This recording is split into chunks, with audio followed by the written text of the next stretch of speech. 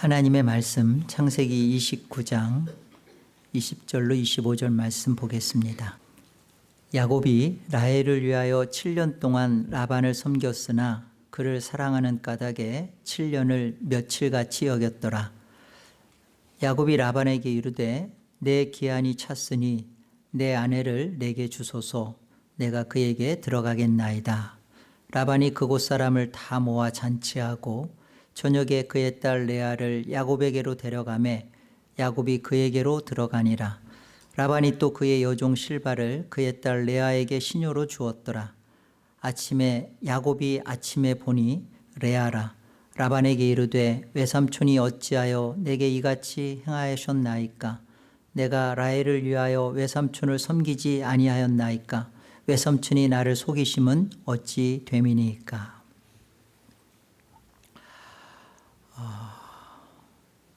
야곱이 라헬을 위하여 7년 동안 봉사를 다 끝마치고 이제 제안을 하죠. 야곱이 제안하는 겁니다. 이제 내가 라헬을 위하여서 7년을 종살이처럼 다 봉사했으니까 이제는 주십시오. 이제 결혼시켜 달라 이렇게 제안을 하죠. 오늘 본문 속에서 보면 분명히 결혼을 합니다. 그런데 속죠. 라반에게 아주 감쪽같이 속임을 당합니다. 라반에게 이렇게 야곱 쪽에서는 그냥 속은 거지만 이 일에 대하여 왜 속임을 당하게 되었나? 하나님은 라반을 통해서 왜 야곱이 이렇게 속도록 하셨나? 라반에게 속임당한 이유는 뭘까? 두 가지가 그 본문 속에 담겨 있습니다. 첫 번째는요, 라반에게 이렇게 야곱이 속으면서 야곱이 자기를 대면합니다. 야곱의 자기 대면이죠. 지금 나이가 84세예요. 84. 84년 동안 속이는 일에 대해서 이렇게 큰 문제의식을 느끼지 않고 속이는 인생을 살아왔던 자신이었죠. 그런데 그것을 오늘 보게 된 거예요. 오늘 25절을 한번 보세요. 야곱이 아침에 눈을 떠 보니까 분명히 라헬인 줄 알았는데 레아인 거예요. 그래서 득달같이 이제 라반에게 쫓아가서 외삼촌, 사실은 법적으로는 지금 이제 장인이 되는 거죠. 어째서 내게 이같이 했습니까? 내가 라헬을 위하여 7년을 외삼촌에게 약속한 대로 다 봉사하지 않았습니까? 외삼촌이 나를 속이심은 도대체 이게 웬일입니까? 무슨 일로 나한테 이렇게, 무슨 감정이 있어서 이렇게 나에게 했습니까? 제가 굉장히 착한 마음으로 읽었지만 이 말을 하고 있는 야곱은요, 분기층천에 있었을 겁니다. 7년을 그냥 도둑맞은 거잖아요. 그리고 그것도 7년이 아까워서가 아니라 정말 온 마음을 다해 사랑했던 자기 눈에는 라헬밖에 없어요. 정말 꿈에라도 생각 못했죠. 레아가 옆에 있다라는 것을. 우리가 쭉 보면 알겠지만 이 야곱의 이때의 황당함과 이 억울함과 분노가 평생 동안 레아를 못마땅하게 여겨요. 레아를 거들떠보지도 않습니다. 사실은 레아를 너무너무 미워해요. 야곱의 마음속에 그러지 않겠어요? 아니 모르고 들어오진 않았을 거 아니에요. 어떻게 나를 이렇게 아버지하고 짜고서 나를 이렇게 감쪽같이 속일 수 있는가? 이렇게 평생 레아를 아주 미워합니다. 아주 대놓고 미워해요. 이렇게 말을 하고 있는 야곱 자신이 막 화가 나서 말을 하고 있지만 생각날 겁니다. 이거 어디서 많이 보던 그림인데, 야곱의 자기 모습을 보게 되는 자기 대면의 모습이죠. 이렇게 말을 하면서 그러는 넌 누군데? 그러는 너는 어떻게 살았는데? 그러는 너는 왜 남들 속이고 살았는데? 그러는 너는 왜 네 형 에서하고 또 어머니하고 공모해가지고 감쪽같이 아버지 이삭은 그렇게 속아 넘겼는데, 지금 말을 하고 있으면서 이거 내 모습인데? 이거 난데? 한번 생각해 보자고요. 여러분은 진짜 내 얼굴과 이렇게 마주서 본 적 있으신가요? 이게 거울에서 보여지는 내 모습, 그거는 많이 봤죠. 그러나 그 거울 속에 있는 진짜 내 얼굴을 보신 적 있냐고요. 이제 중국에 보면 그 변검술이라는 게 있죠. 이렇게 보면 순간 이렇게 가면을 바꾸잖아요. 보통 한 12번 정도 바꾼답니다. 이게 얼굴이 자꾸 바뀌는 거예요. 가면을 벗길 때마다 새로운 얼굴이 나타나고. 그래서 얼굴이 자꾸 바뀌는 모습처럼 우리 또한 수많은 가면을 쓰고 살고 있지는 않았는지. 너무나 많이 얼굴이 바뀌어서 진짜 내 얼굴이 어떤 게 진짜 내 얼굴인지 인식하지 못하는, 진짜 내 얼굴, 진짜 내 얼굴의 정체, 진짜 나를 한번 본 적이 있나. 신앙생활하면서 이 부분은 정말로 우리가 꼭 보셔야 합니다. 많은 사람들이 우리가 이제 살아가면서 나를 불러줘요. 어떤 호칭들이 있잖아요. 뭐 가깝게는 뭐 아버지, 어머니라는 호칭부터 해서 뭐 삼촌, 뭐 이모라는 호칭, 가족의 호칭부터 해서 뭐 세상에서는 보면 뭐 붙일 말 없으면 사장님, 선생님, 뭐 사모님, 뭐 그렇죠? 그게 붙여주고, 또 교회 오면 뭐 목사다, 장로다, 집사다, 또는 뭐 이렇게 성도님, 이렇게 형제님, 이렇게 이런 호칭들을 우리는 만납니다. 자, 이런 호칭들, 그런 호칭들이 난가요? 그런 호칭이 정말 나냐고요.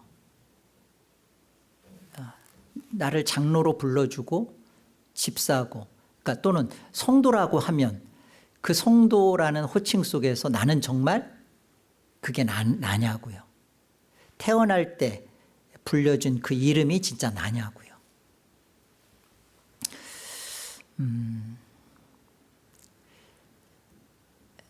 정말 나라는 본질, 나라는 진짜 자아인 나와 정면으로 그런 나를 정말 본 적이 있나, 그런 나를 정말 나는 만났나, 대면했나.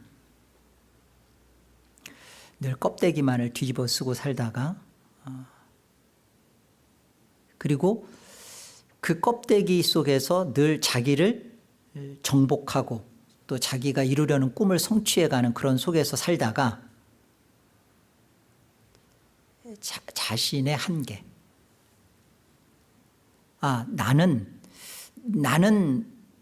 이게 내 민낯이구나, 이게 나의 진짜 실체구나. 다른 사람들은 나를 이렇게 불러주고 알아줄지 몰라도 나는 나의 고스란히 드러나는 나의 진짜 정체, 이것을 적나라하게 한번 본 적이 있으신가? 말씀드리겠습니다. 이런 진짜 자기를 보는 이 문제는요, 하나님의 은혜 없이는 안 됩니다.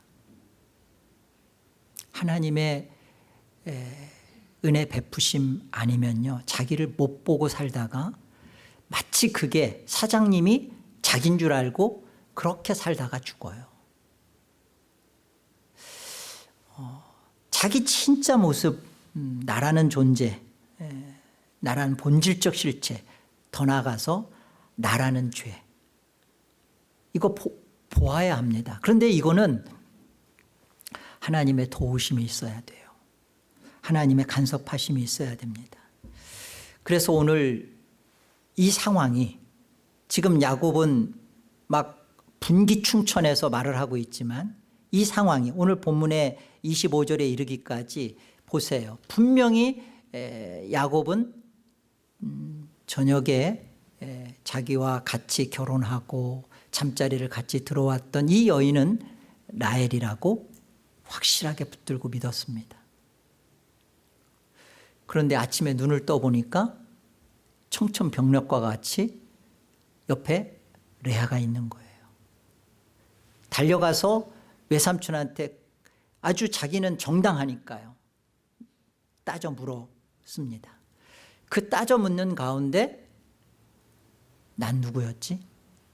야곱이라는 이름 자체가 보여주고 있었어요. 너는 야곱이다.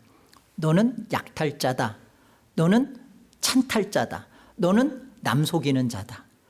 이 자신에 대한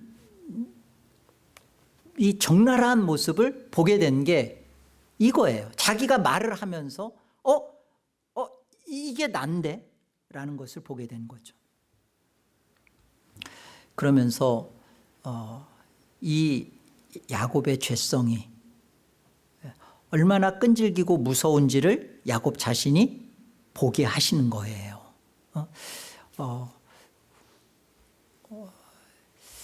우리는 이 일이 그냥 이렇게 우연히 생긴 거고, 라반이 이건 우리 그 지역의 풍습이야, 지역은 언니부터 가는 것이야 라고 하는 이런 것 때문에 생겨진 거, 만약에 그게 지역 풍습이고 그렇단 거라면 야곱한테 미리 말을 해야죠.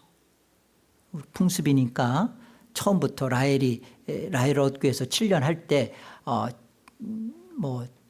7년 하고 나서는 레아하고 먼저 결혼하고 일주일 정도 있다가 또 라헬이랑 같이 하고 그 다음에 7년 또 봉사, 이렇게 처음부터 이렇게 얘기를 했어야죠. 처음부터 라반의 마음속에는요, 처음부터 그 라헬을 주고자 하는 그런, 처음부터 속여 먹으려는 마음으로 시작된 일입니다. 근데 이 일이 왜 생겼냐고요. 야곱에게서 그냥 재수가 없어서 생겨진 일일까요? 아니라는 거예요. 라반에게 이 속임당한 첫 번째 이유는 하나님은 야곱으로 하여금 야곱 자신을 보게 하는 거예요. 자신이 얼마나 죄성에 잡혀 있는 자인지, 얼마나 죄가 무서운 줄 아세요? 야곱은 그 리브가의 편애 속에서 지금 속이는 일을 했잖아요. 편애 속에서. 그런데 나중에 보세요. 이 편애가 야곱이 벗어나지를 못해요. 나중에 12아들 중에 누구를 편애해요? 요셉을 편애하죠. 그 편애하는 것 때문에 또 자식들로 하여금 속임을 당하잖아요. 여러분, 죄가 이렇게 무서워요. 하나님은 자기 자녀들에게 이 죄가 얼마나 끔찍하고 무서운지를 반드시 다룹니다. 우리 죄인으로 태어났어요. 우리는 우리의 죄성 속에 나도 나 자신을 몰라요. 그러나 내 본질적인 것은 죄예요. 그 죄라는 것을 드러내기 위하여 우리 안에서 드러나는 자범적인 죄들이 있습니다. 야곱에게서는 속이는 문제, 거짓말하는 거, 편애, 이런 것처럼 하나님은 그것을 다루신다고요. 라반에게 속임을 당하게 하시면서 첫 번째, 야곱이 진짜 자기 모습을 대면하게 됐구나. 우리가 신앙생활을 하면서 이런 질문들을 하잖아요. 하나님, 또 이 문제예요. 똑같은 똑같은 시험지를 또 받아야 돼요? 그렇잖아요. 신앙생활 하면서 반복되어지는 하나님이 나에게 주어주시는 어떤 문제. 하나님 이제쯤이면 자녀의 문제에서는 좀 벗어나서 좀 살 수도 있어요. 근데 또 그 문제. 자녀로 인해서 마음 아팠는데 그 자녀에게 두었던 우상스러운 마음을 또 던져주고 또 던져주고. 하나님 언제까지 내가 이래야 돼요? 좀 이 문제에서 벗어나야 되지 않아요? 다른 문제가 아니라 꼭 이게 결혼 앞둔 청년들 중에 다른 그렇지 않지만 누구는 항상 그렇잖아요. 하나님, 저는 제가 원하는 그런 결혼의 조건이 있습니다. 이게 아닌 걸 알지만 그렇게 기도하지 못하죠. 왜요? 자기가 늘 그 문제에 있어서 계속 그 시험지를 맞이하는 거죠. 못 버리니까. 똑같은 문제를 또 맞이하고 또 맞이하고. 하나님 계속 던지죠. 똑같은 문제를 계속 맞이하게 하는. 언제까지 이 문제를 하나님은 풀게 할까요? 1차적으로 죄라는 것과 정면으로 마주할 때까지 계속 그 문제 갖다 놉니다. 벗어나고 싶죠. 아니, 저는 이 문제에 대해서는 이제는 좀 이거 말고 다른 문제지 주세요. 그런데 하나님은 A부터 해가지고 끊임없는 시험 문제지 중에 나한테는 꼭 A라는 시험 문제를 계속 갖다 주죠. 그 문제를 풀도록. 그리고 그 문제 속에서 절망하고 울고 안 되는 우리 속에서 그때 그곳에서 나를 대면하여 서 계신 예수 그리스도를 보게 해 주실 겁니다. 고린도전서 13장 12절을 보세요. 우리가 지금은 거울로 보는 것 같이 희미하나 그때에는 얼굴과 얼굴을 대하여 볼 것이요 지금은 내가 부분적으로 아나 그때에는 주께서 나를 아신 것 같이 내가 온전히 알리라. 우리가 안 되는 나의 죄 문제 때문에 울고 절망하는 그 자리에 그 시험 문제를 하나님이 계속 갖다 주는 그 자리에 우리는 안 됩니다. 하나님 못 벗어나겠어요.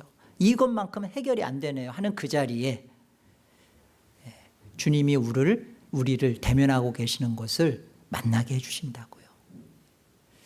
희미하게 보이죠 지금은. 그러나 그날에는 영광의 주님 만나는 그날에는 저와 여러분이 육신의 몸을 벗고 주 앞에 서는 그날에는 얼굴과 얼굴을 대면하듯이 적나라하게 볼 겁니다. 내 자신이 누구인지를 모르고 기독교 신앙할 수는 없습니다. 기독교 강해에서도 가르쳐줘요.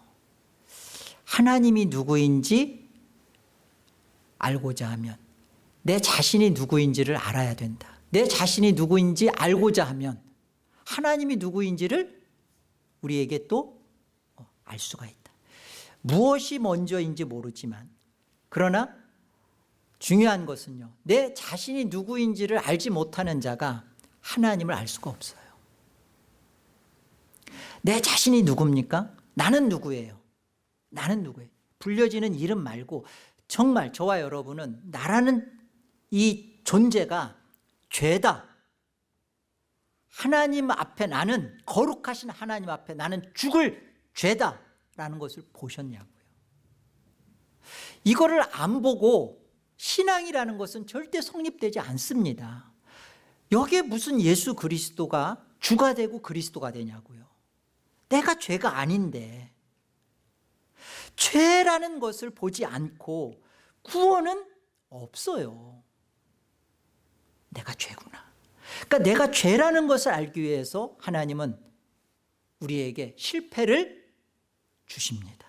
안 된다라는 것을 갖다 놓습니다. 도저히 내 자신이 풀 수 없다라는 것을, 해결될 수 없다라는 것을 드밀어 내밉니다. 여기서 우셔라, 꼬꾸라지라 하는 거예요. 버티죠. 여기서 나는 이 시험지는 말고 100점 맞을 수 있는 다른 시험지 주세요라고 하는 거죠. 하나님은 내게 항상 빵점 맞을 수밖에 없는 시험지를 주는데 우리는 내가 풀어낼 수 있는 시험지를 달라고 요구하죠. 아닙니다. 오늘의 이 야곱이 속임을 당하는 이 결혼 사기 사건을 당하는 이 문제는 야곱으로 하여금 자기를 적나라하게 보도록 하시는 하나님의 1차적 은혜예요. 자기 대면하도록 하시는. 저와 여러분의 인생 속에 하나님이 여러분에게서 무엇인가를 상실감을 주었고 여러분에게 무엇인가를 내려놓게 하셨다면 여러분으로 하여금 여러분의 진짜 참모습을 보게 하시는 하나님의 자기 대면하도록 하시는 은혜인 겁니다. 두 번째는요, 라반에게 속임당한 이유 두 번째는 하나님의 개입하심이에요. 신적 개입이에요. 무엇을 위한 신적 개입이었는지를 우리가 보자고요. 하나님이 왜 신적으로 개입하셨는가? 하나님이 여기에 왜 들어오시는가? 인생이 내 뜻대로 흘러가지 않다라는 것을 정말로 깨닫게 하심이에요. 내 생각대로 내 뜻대로 흘러가지 않는다. 오늘 이 사건 있잖아요. 야곱이 지금 속잖아요. 그런데 이것을 하나님이 이렇게 똑같은 상황을 이렇게 연출시키면서 이렇게 하시는 것은 내가 이렇게 속여왔구나, 속인 것을 잘못했지, 뉘우치도록 하는 것, 여기에 초점이 있지 않아요.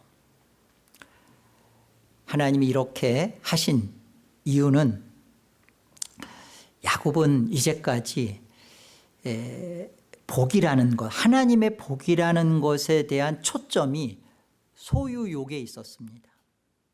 야곱은 복쟁이에요. 복 달라고 하는 인생이에요. 복에 미친 사람이에요. 그런데 이 야곱의 복에 대한 초점, 집중은 뭐였냐면 소유욕이에요. 장자의 축복, 이 장자의 축복은 하나님은 영적인 거잖아요. 하나님은 여기에 언약의 축복을 담아 놓은 거잖아요. 그런데 야곱은 장자 되길 원해요. 복 받길 원해요. 복 받길 원하는 마음 자체야 뭐가 잘못이에요. 그러나 그 복이라는 것에 대한 이해가 잘못된 거예요. 야곱이 복을 받길 원하는 이 야곱에게 있어서는 소유욕이에요. 목마름이에요. 더 갖길 원하는 거예요. 물질을 더 갖길 원하고 아버지의 재산을 다 갖길 원하고, 이게 야곱이 자신의 인생대로 복받길 원하는 야곱이었습니다. 그런데 보세요. 이 사건을 통해서 하나님이 다루시는 것은 자신의 뜻대로 자기의 소유욕을 챙기는 그런 복받는 인생이 아니라 하나님의 뜻을 위하여 존재하게 되는 야곱을 만들기 위함이에요. 이게 하나님의 신적 개입이십니다. 네 뜻을 위하여 네 욕심 채워주는 그런 일로 인하여서 인생이 흘러가지 않고 하나님의 뜻을 위하여 존재하는 야곱 만드시겠다는 거예요. 철저하게 무엇을 바꾸는지를 보세요. 이 소유욕 자체가 물질이 아니라 언약, 예수 그리스도로 이루어지는 하늘의 복, 여기로 바꾸어 가시는 겁니다. 그러기 위하여서 황당한 이 속임당하는 일을 겪게 하시는 거예요. 오늘 본문 20절부터 25절을 우리 한번 이렇게 다시 한번 보세요. 한번 찬찬히 한번 다시 한번 보세요. 야곱이 라헬을 위하여 7년 동안 라반을 섬겼으나 그를 사랑하는 까닭에 7년을 수일, 며칠같이 여겼습니다. 얼마나 참 이 야곱이 그 목표 지향적인 사람이고 얼마나 그것을 위하여서 그 모든 것을 성실하게 그리고 그것에 대하여 열심히 달려갔던 인생이었는지를 7년을 며칠같이 여길 만큼 게으름 피고 나태하게 살지 않았던 사람입니다. 최선을 다해서 자신의 인생에 목표를 설정했으면 그 목표를 향하여서 성실을 다했던 사람이 야곱이에요. 자, 그 결과는 야곱이 원했던 결과는 자, 결혼으로 이어집니다. 야곱은 아주 흥분해서 결혼식을 치렀을 겁니다. 21절 보세요. 야곱이 라반에게 이르되 내 기한이 찼으니 내 아내에게 주소서. 내 아내는 누구였어요? 라헬이었어요. 한눈에 반했고 그리고 더 한 달이 지난 동안에 사랑했고 7년 동안 더 사랑했던 여인 라헬 주십시오. 내가 그에게 들어가겠나이다. 결혼하겠습니다. 그래서 라반이 잔치를 하죠. 결혼식을 하죠. 그리고 저녁에 그의 딸 레아를 야곱에게로 들여놓습니다. 야곱도 들어갔다. 결혼식을 같이 했다는 거죠. 또 실바를 레아의 시녀로 줍니다. 그리고서는 야곱이 그 속임당한 것에 대하여서 지금 얘기하는 게 25절이잖아요. 이제까지 보세요. 이제까지 야곱의 인생 속에서 안 풀린 게 없어요, 사실은. 물론 형 에서의 그런 분노, 죽이겠다라는 분노를 피해서 지금 이쪽 밧다마랑 하란으로 도망왔지만 이제까지 야곱은 자신이 목표를 세웠고 목표 세웠던 거잖아요. 그래서 장자권을 가진 거잖아요. 세웠던 것에 대해서 안 풀렸던 게 아닙니다. 출발은 뭐 둘째로 태어났고 출발은 뭐 별 볼 일 없는 것이었던 것처럼 보이지만 그러나 야곱은 자신이 계획하고 목표로 세웠던 것을 다 성취해 갔던 인물이에요. 지금 빈털터리 호를 단신으로 이곳에 와서도 어때요? 인정받고 결국 또 자기가 원했던 품삯으로 원했던 라헬, 그 라헬과 결혼하게 된. 그러니까 야곱은 뭔가 목표를 안 세우면 없었지 몰라도 목표를 세우고 그 일을 하기로 하면 쟁취하는 그런 인물이 야곱이었단 말이에요. 그런데 이런 야곱에게서 정말 그 기상천외한 일이죠. 청천벽력과 같은 일이죠. 전혀 야곱에게서는 예기치 않았던 반전이 벌어지는 거죠. 인생은 계획하고 노력하면 된다. 이게 야곱의 인생관이고 세계관이었는데 야곱이 상상 못할 변수가 등장하고 만 거예요. 하나님은 이런 야곱의 속이는 인생의 야곱의 정말 더 급수가 높은 라반을 변수로 쓰신 거죠. 그리고 황당한 이렇게 당황스러울 수 없는 이 상황을 맞이하게 한 겁니다. 하늘이 이 아침에는 무너졌을 겁니다. 레아라는 얼굴을 본 순간 무너졌을 것이고 내가 뭐한 짓인가? 나는 뭘 위해서 7년간 살아왔나? 우리가 이 본문을 보면서 정말 어떻게 속을 수 있었지? 여러 신학자들도 이걸 합리화시키기 위해서 그 밤에 야곱이 술을 많이 먹었다. 또 너무나 캄캄했다. 그리고 이 베일이 쳐져서 얼굴을 못 봤다. 여러 얘기를 하지만 중요한 것은요, 분명한 것은 하나님이 하신 거예요. 하나님의 주권적 개입입니다. 그래서 자기는 자기와 같이 그 밤을 보냈던 여인이 100% 라헬인 줄 알았던 거예요. 그리고 눈을 떠보니까 레아인 거죠. 나는 내가 이 비즈니스에 내가 하는 여기에 내가 낳고 사랑했던 이 자녀의 모든 것에 대하여 꿈을 거기에 담아두고 있죠. 이 자녀는 내 사랑을 알아줄 거야. 내 헌신을 기억해 줄 거야. 그리고 내가 공들인 만큼 정말 보란 듯이 커줄 거야. 그죠? 그런데 하루아침에 날벼락을 맞이하는 거예요. 하늘이 무너져 내렸잖아요. 전혀 그런 일이 안 발생한 거죠. 야곱은 이제까지 자기가 목표를 세우고 하고자 했던 것에 대해서 하면 된다였어요. 안 하니까 안 됐던 거지, 하면 무엇인지 다 할 수 있다. 이게 하나님의 사실은 은혜예요. 안 믿는 사람들은요, 자신의 생각대로 다 끝까지, 자신의 생각대로 끝까지 죽을 때까지, 내가 조금 더 노력을 안 해서 그렇구나 하면서 끝까지 자신의 생각대로 해서 완성해내는 것이 그들은 성공이라 생각합니다. 그리고 그렇게 살다가 죽어요. 그걸 복이라고 생각하고 죽어요. 근데 그건 저주입니다. 예수를 믿는 사람의 특징이 있어요. 예수 믿는 자의 특징. 내 인생 내 마음대로 되지 않는다라는 것을 뼈저리게 깨닫게 돼요. 아멘. 여러분이 내가 예수를 정말 믿는 자인가 안 믿는 자인가는 여기에 있습니다. 내가 내 인생 계획 세우고 성실, 열심, 최선을 안 해서 요 모양 요 꼴이다. 그러니까 조금 더 내가 최선을 다하자. 여러분, 예수 안 믿는 거 있는 거예요.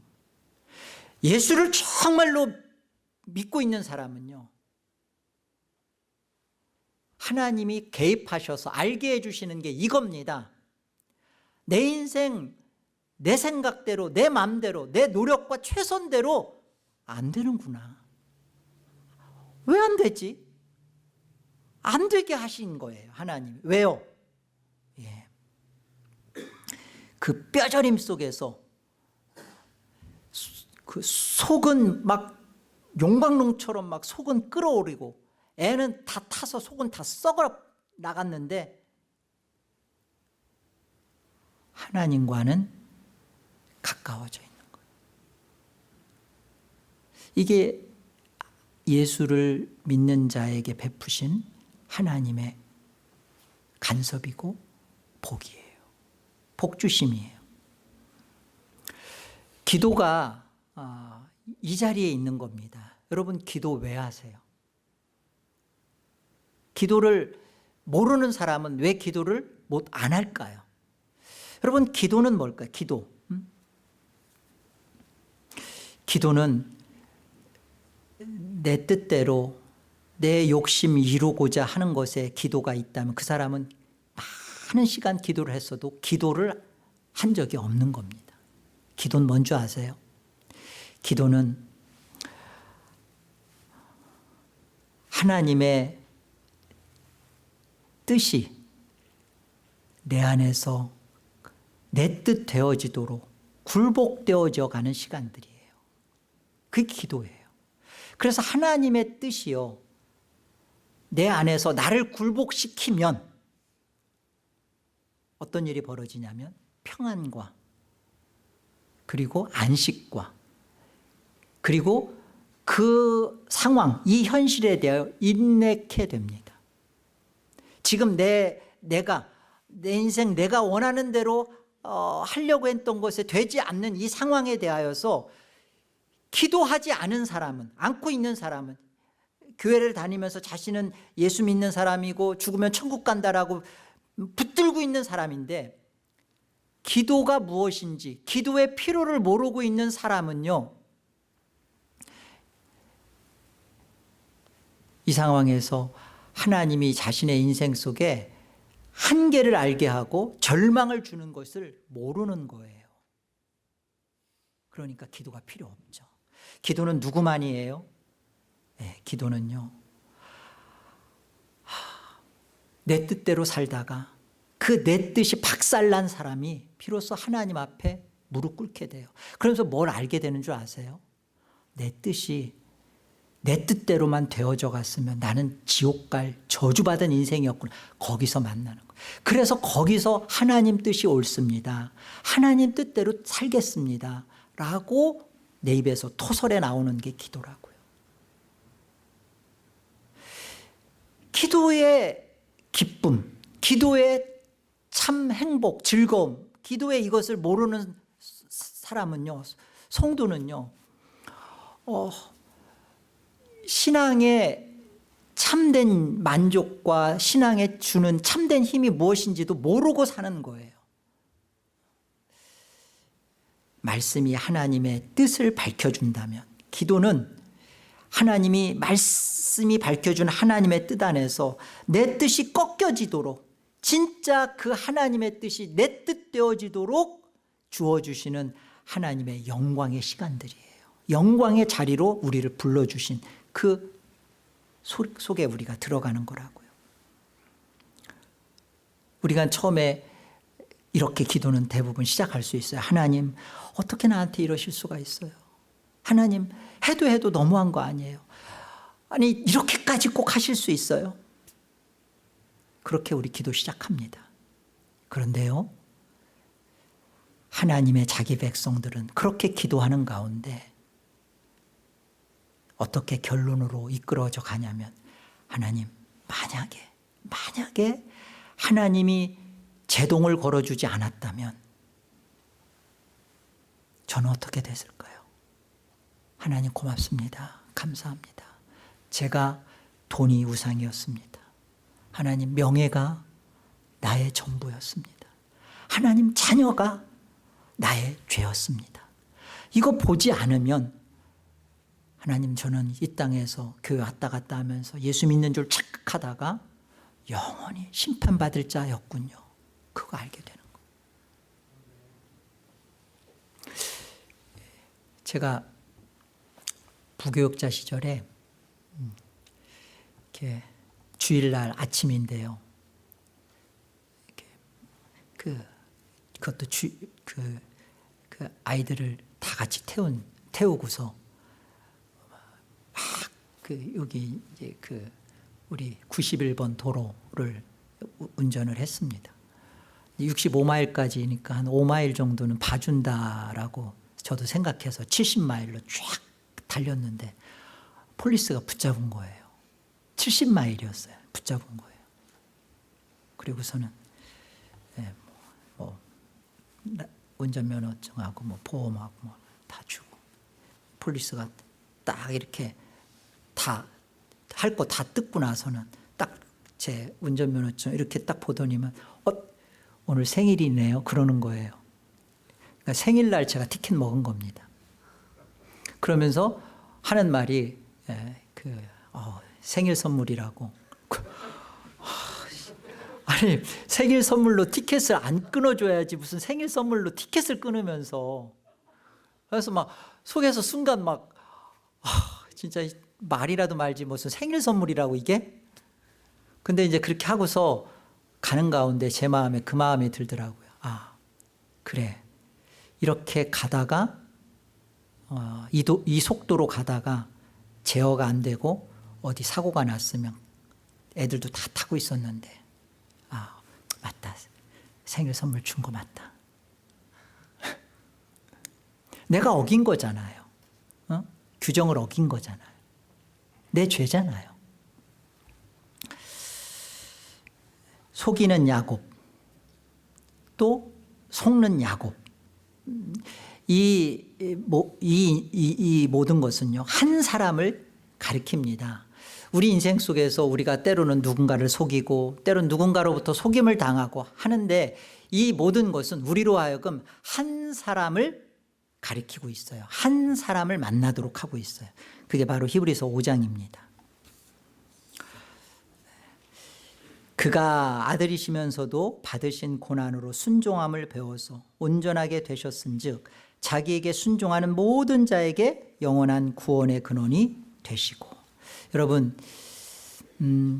거짓된 인생, 그리고 죄로 태어나서 죄만 짓다가 죄로 죽을 인생에 이 죄 속에 몸을 입고 들어오셔서, 죄도 없으신 이가 죄 속에 몸을 입고 오셔서 그가 고난받고 순종하심으로 말미암아 자기 백성들을 다 온전한 구원으로 다 담으신 거예요.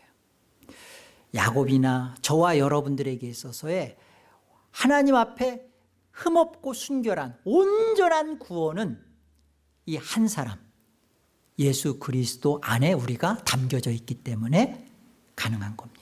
우리는 그렇게 구원받은 거예요.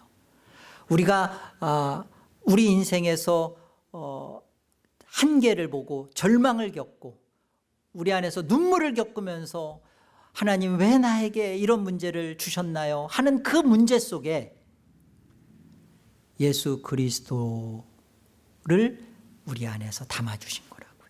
그 문제 없으면 여러분 예수 그리스도를 입으로는 말할지 몰라도 예수 그리스도 안에는 안 들어갑니다.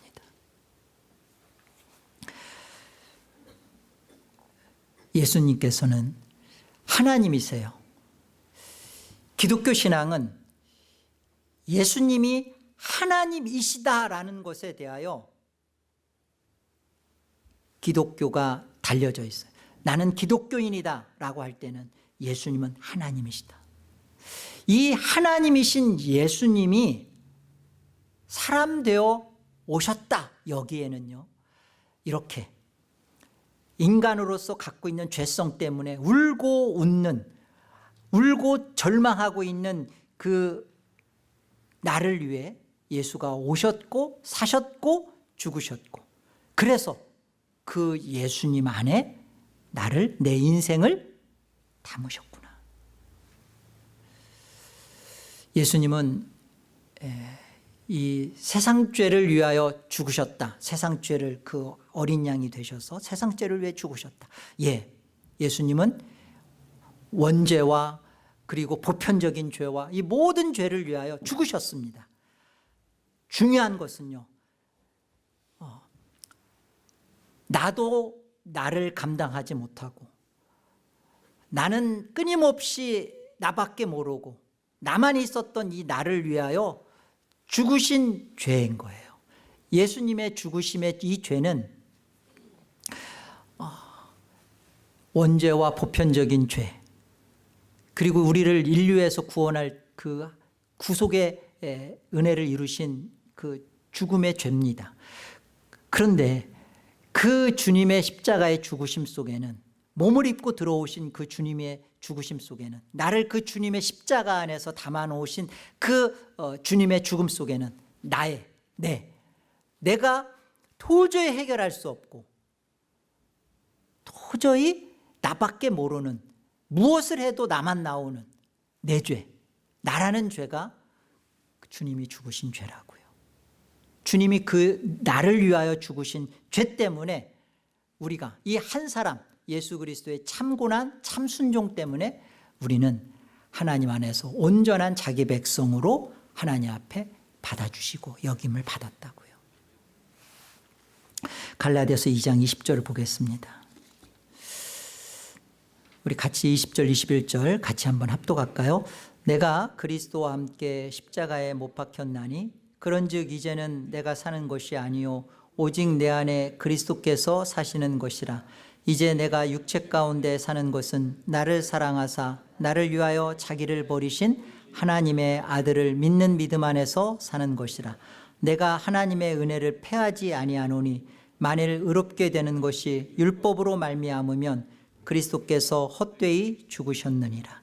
율법으로 말미암는다는 말은 이겁니다. 내가 나의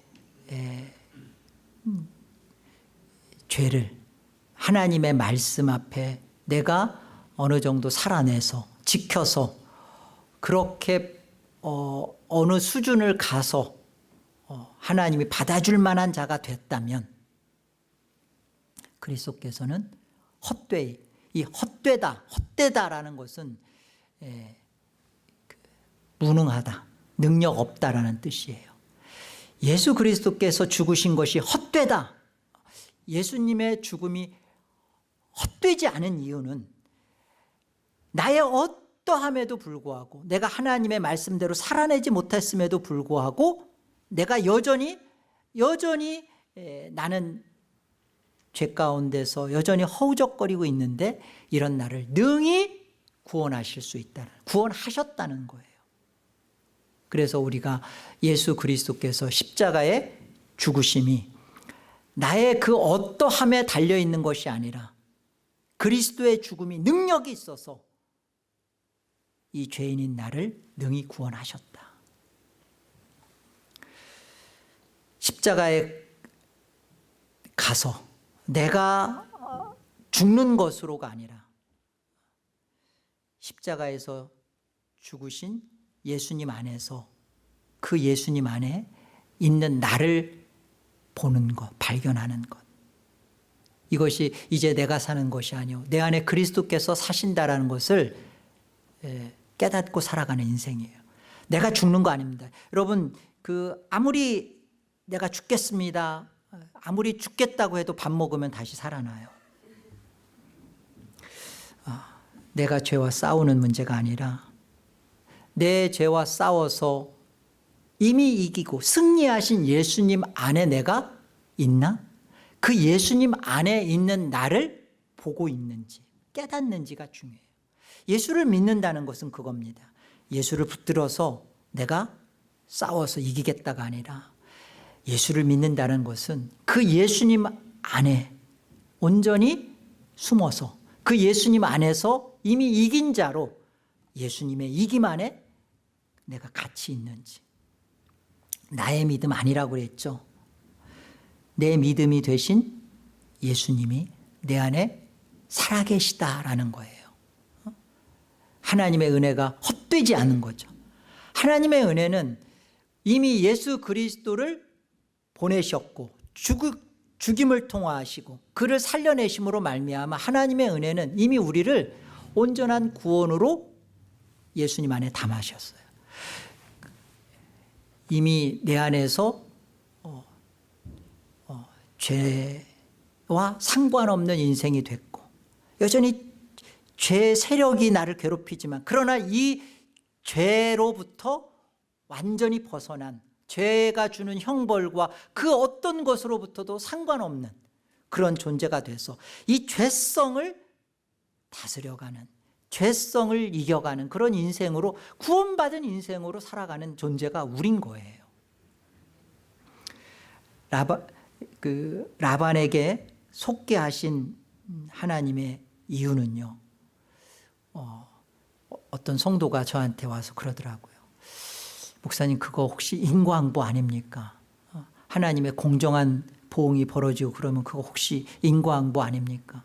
자기 죄 때문에 죄에 대해서 자기가 이렇게 책임을 받는 거 아닙니까? 아니요.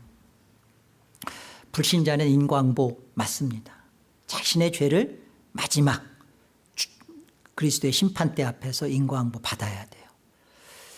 성도는, 우리는 그 인과응보가 예수에게서 벌어졌어요. 예수님에게서 예수님과 함께 이미 벌어졌어요. 끝났습니다. 그렇다면 이제 우리 성도에게서 라반과 같은 존재한테 우리가 속임을 당하고 그런 이유들은 다 뭘까요? 우리로 하여금 하나님이 우리를 거룩하고 성화시키고 우리를 양육시키는 거죠. 하나님의 자녀를 만들어내는 것이죠. 자기 대면, 자기 얼굴을 진짜 보게 함으로써 죄를 깨닫고 예수님을 만나게, 예수님 안에 있는 자신을 발견하게 하시는 하나님의 신적 개입이죠. 그러니까 우리는 지금 두려워하거나 주저할 게 없습니다. 예수님 안에서 내가 여전히 나의 그런 어떤 죄성 때문에 울지는 몰라도 이미 예수님 안에서 죄와는 상관없는 존재로서, 이런 존재로 하나님 안에서 양육받고 있는 사람이에요. 거룩함으로 지어지고 있는 그런 성도인 겁니다. 그래서 주께서 구약에서 이렇게 말씀하시잖아요. 아가서에 가보면, 이 아가서는 그 솔로몬이 쓴 저자인데요. 여기에서 나오는 것은 솔로몬과 술람미 여인인데요. 솔로몬은 오실 예수 그리스도를 예표하고 있고 술람미 여인은 교회를 예표하고 있습니다. 그러니까 지금 이 얘기가 그런 거예요. 나의 사랑 너는 어여쁘고 아무 흠이 없구나. 주께서 교회에게 성도에게 하는 말이에요. 나의 사랑 너는 어여쁘고 아무 흠이 없구나. 왜요? 예수 그리스도 안에서 이미 하나님 안에서 온전한 거룩이 되었기 때문에 아무 흠이 없구나. 내 누이 내 신부야. 네가 내 마음을 빼앗았구나. 내 눈으로 한번 보는 것과 내 목에 구슬 한 꿰매로 내 마음을 빼앗았구나. 주님께서 예수님께서 나를 한번 봄으로 성도인 나를 봄으로 예수의 십자가와 그의 죽으심 안에서 그 은혜 안에 사로잡혀 있는 나를 봄으로 주님이 우리한테 그 마음을 다 빼앗기셨대요. 주님께서 십자가에 죽으실 때 내가 왜 이렇게 죽어야 됩니까? 나는 왜 죄 때문에 저렇게 억울한 죽음을 당해야 됩니까? 비명을 지르고 안 죽겠다고 하시고 그러셨나요? 주님의 십자가의 죽으심은 철저히 하나님이 자기 사람들을, 자기 백성들을 살려내시려는 하나님의 뜻에 대한 영접하심이고, 그리고 그 속에는요, 주님께서 자신의 몸인 교회를 향하여서 마음을 다 빼앗기신, 주님이 우리를 살려내시고 우리와 하나 되길 원하시는, 기뻐하시는 마음속에 우리 자신을 살리고자 주님이 마음 다 빼앗기시고 십자가에 자신의 몸을 주신 거예요.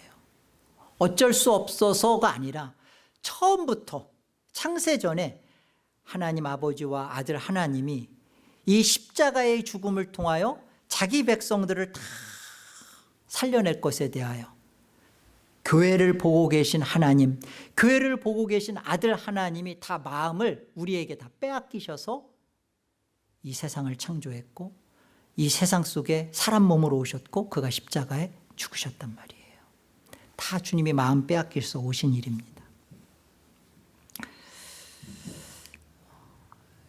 우리 마지막 결론으로 우리 이 질문을 하고 한번 말씀을 생각해 보겠습니다. 하나님, 나를 왜 살게 하십니까? 하나님, 나는 지금 왜 살고 있나요? 나는 억울합니다. 답답합니다. 이 현실의 상황이 나를 힘들게 합니다. 그런데 나는 하나님 왜 살게 하십니까? 나는 왜 살고 있는 겁니까?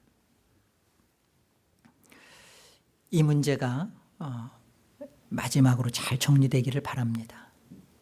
하나님 우리를 살게 하시는 이유, 억울함과 절망스러운 이 상황 속에서 여전히 우리를 살게 하시는 이유, 내 뜻과 내 자신의 소유욕과 이렇게 살고 있는 나는 진짜 나가 아닙니다. 그거 알라고 하는 거예요. 예수님 만나고요, 하나님 뜻 위에, 그리고 하나님이 우리에게 진짜 주시는 하늘의 것을 소유하는 그런 복된 인생이 되는 것이 진짜 나임을 알라는 거예요. 그거 깨달으라고 살으라고 하는 거예요. 그거 깨닫고 나면 지금의 우리의 이 삶은 고달프죠. 시험을 치러야 되니까. 그러나 행복합니다. 이게 참 복이에요. 하나님이 에레미야에서도 그러잖아요. 재앙이 아니다. 이런 일을 겪는 것은 재앙이 아니다. 너희에게 미래와 소망을 주고자 하는 거다. 하나님의 진정한 복은 여기에 있는 것입니다. 그래서 우리가 힘들고 어려운 이 세상, 예수님 믿었으니까 빨리 죽어야지. 아니요. 우리는 예수님을 믿고 내 자신이 진짜 누구인지를 보고, 그리고 그 안에서 내 자신을 보고 있는 그곳에서 멈추지 마시고, 이 나는 예수님 안에 있구나, 이 자리까지. 그래서 예수님 안에 있는 나를 만나고, 만났을 때 터져나오는 하늘의 기쁨, 이 기쁨을 가진 자가 영원한 하늘에서 성삼위 하나님의 교제 안에 영원토록 거하게 되실 겁니다.